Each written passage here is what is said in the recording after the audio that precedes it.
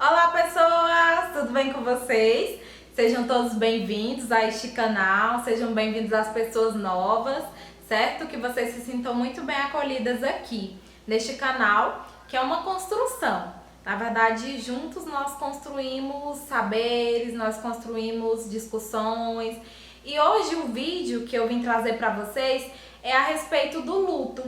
É uma continuação do vídeo anterior. Eu quero falar hoje a respeito das fases do luto e de como cada indivíduo desempenha, como cada um tem uma forma de passar pelo luto e quais são essas fases.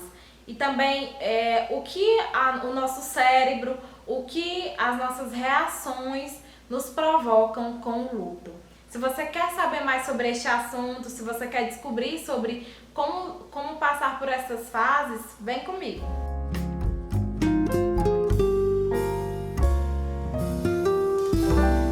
Então, pessoal, eu tô aqui com a minha colinha, viu? Não estranha, porque eu sempre faço uma anotaçãozinha para poder fazer os vídeos, para eu não esquecer de algum detalhe. E para utilizar como fonte para o nosso vídeo, eu pesquisei em um livro que eu sou extremamente apaixonada, que é sobre a morte e o morrer, de Elizabeth Kübler-Ross. Se vocês tiverem interesse para ler, eu indico fortemente essa leitura, porque é algo que nos agrega bastante, não só para a área da saúde, mas também para outras áreas que querem conhecer um pouco mais deste assunto.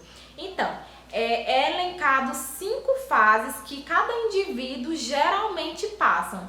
Quer dizer que cada pessoa vai passar por estas fases? Não.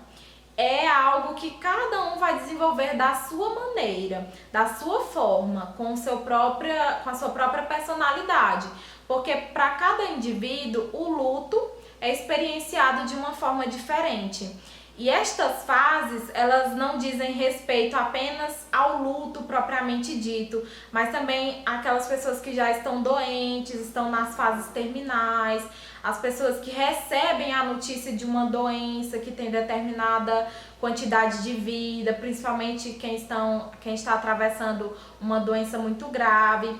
E quais são essas fases? A primeira fase, em relação a isso, é a fase da negação ou isolamento. O indivíduo, quando recebe a notícia de que perdeu alguém ou recebe a notícia de que está com uma grave doença, primeiramente ele nega. E ele fala o seguinte: não é comigo. Eu não tenho isso, eu não vou passar por isso. Então, tudo isso é gerado no indivíduo, essa negação. Mas por que essa negação?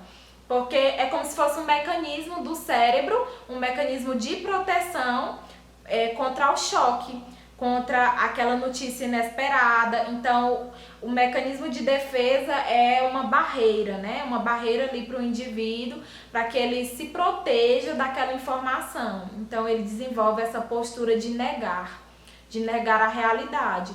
Mas essa negação ela é temporária, até a pessoa ir se acostumando com a notícia, né? Mas em primeira proposta ela nega a sua realidade. A segunda questão é sobre a raiva. Então, não mais a pessoa passa a negar aquela perda, seja ela perda de um ente querido, ou seja ela uma perda simbólica, né? Ela passa a ter raiva, a ter ressentimento, a ter postura mesmo de descontentamento em relação àquilo. Essas posturas acabam sendo autoimunes, né? É algo para se proteger, uma reação mesmo instintiva do indivíduo, é uma raiva, um sentimento muito grande de revolta. Vocês já pararam para perceber essa questão? E em quais situações isso provoca em vocês a revolta, este sentimento que nem sempre é positivo? E outra fase também é a fase 3, que é a fase da barganha. E o que significa barganha? A barganha é como se fosse uma negociação ou um acordo. Eu vou citar um exemplo muito prático para vocês. Quem tem filho aí vai se identificar. Às vezes o filho quer alguma coisa, então ele pede pro pai ou pra mãe e a mãe nega. A mãe diz: não, agora eu não vou deixar você sair e tal. E aí o filho negocia com os pais: não, se você me deixar sair, me deixar tomar um sorvete com meu amigo ou amiga, eu vou lavar a louça durante a semana, eu vou arrumar a casa durante a semana. Então, assim, é uma negociação com o pai para conseguir algo que quer. É como se fosse um ganho secundário ali, né? Então, assim, a barganha, ela acontece nessas fases do luto. É como se fosse uma negociação para alguém. E essa negociação geralmente acontece quando a pessoa tem fé. Quando a pessoa tem fé em Deus, ou seja, a religião que a pessoa obtiver, ela geralmente tende a fazer uma negociação para que ela se sinta bem daquela forma, para que ela possa amenizar aquele sofrimento. Então ela passa a praticar essas barganhas, né? Essa negociação. Outra fase também, que é a quarto estágio, é o estágio da depressão, né? Que a pessoa começa a ter aquela sensação extrema da perda, a sensação muito forte de que perdeu alguém. Então, assim, o indivíduo começa a ter um pouco mais de consciência daquela perda. Não só de que perdeu alguém, né? Mas perca de algum objeto, ou perca de relacionamentos. Como eu me referi no vídeo anterior, eu falei sobre as perdas significativas e essa também, né, é uma perda significativa para o indivíduo. Outra fase também, que é a última fase, na verdade, depois que o indivíduo já passou pela fase da negação, pela fase da raiva, né, da barganha, da depressão, e vem o quinto estágio, que é o estágio da aceitação. Então o indivíduo está mais cônscio de sua realidade, ele está mais, digamos que ele está aceitando, né, entre aspas, por isso que eu coloquei, aquela situação, porque é uma aceitação parcial, ainda a pessoa está tendendo a acreditar um pouco mais na sua realidade, a ver que aquela perda, né, foi algo real para ele. Então, assim, isto é considerado para um indivíduo uma fase que ele tem um pouquinho mais de desenrolar. Ele vê aquela situação de forma mais tranquila, não que ele vai se acostumar com a perda, mas que ele vai aprender formas de lidar com ela. E eu quero dizer para vocês que são fases, mas que varia de cada indivíduo. Cada um tem a sua forma particular de lidar com o sofrimento. Cada pessoa é única, né? Então, assim, pode ser que o indivíduo, ao receber uma notícia de perda, ele aceite com muita tranquilidade, pode ser que ele sinta primeiro raiva, pode ser que ele sinta primeiro tristeza.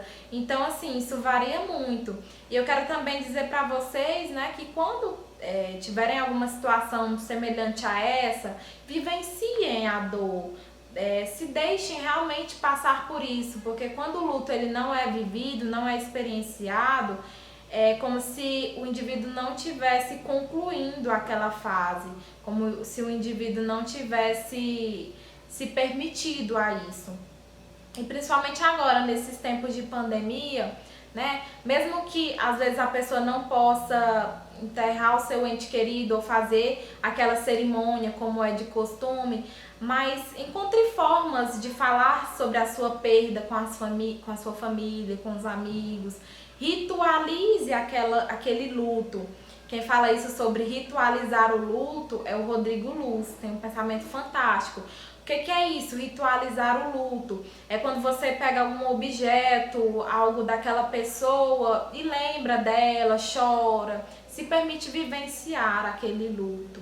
Mesmo que não seja da forma convencional, como foi vivido outrora, mas agora tem outras formas.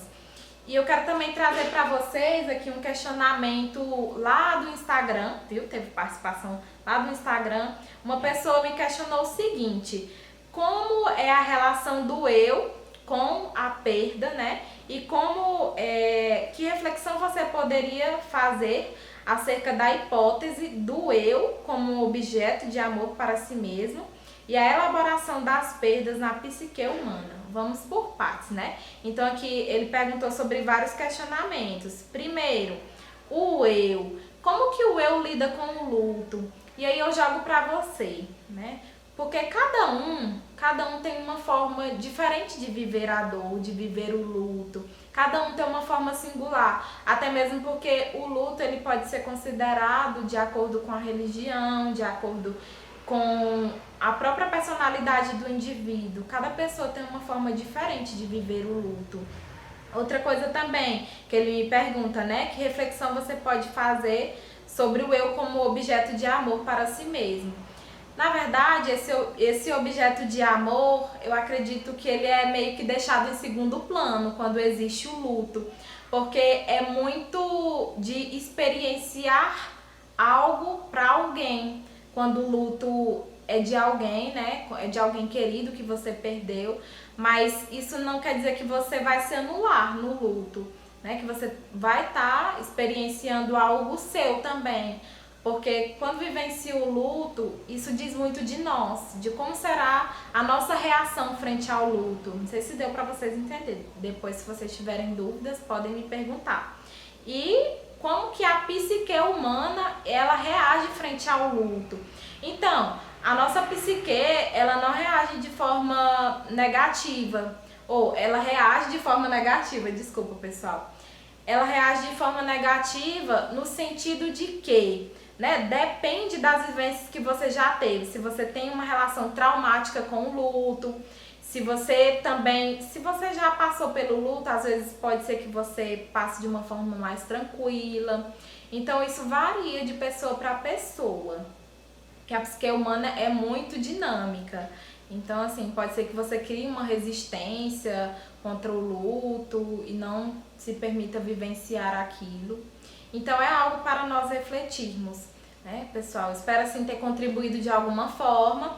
Se vocês tiverem alguma dúvida, algum comentário sobre essa questão, deixa aqui embaixo, tá bem? Espero que vocês gostem, que vocês compartilhem com os amigos, compartilhem com alguém que vocês acham que estão realmente precisando desse conteúdo, certo? E até o próximo vídeo. Um cheiro!